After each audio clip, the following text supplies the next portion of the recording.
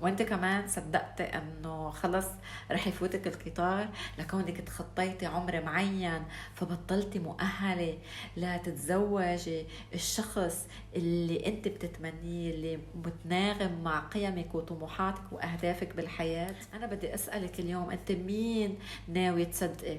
ناوي تصدقي وعود البشر ولا وعود رب البشر اللي قالك ولسوف يعطيك ربك فترضى؟ اللي قالك كمان فما ظنكم برب العالمين؟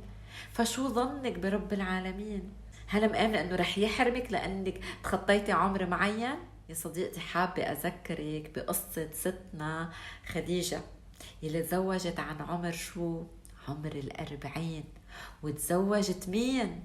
سيد المرسلين، فعمرها ما كان ابدا عائق. وحابة كمان أخبرك قصتي أنا كمان اللي تزوجت عن عمر 39 وجبت بنتي كان عمري 40.